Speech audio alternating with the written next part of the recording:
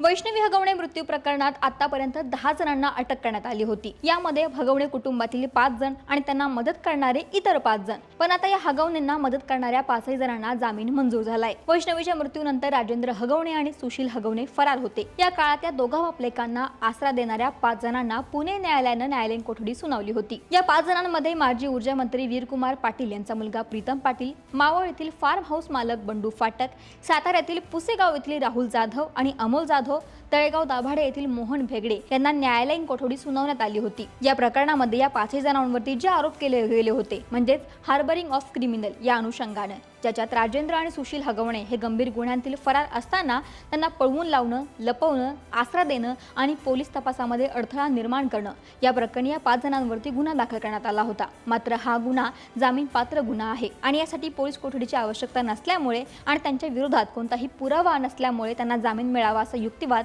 न्यायालयासमोर मांडल्यामुळे त्यांचा जामीन मंजूर झाला।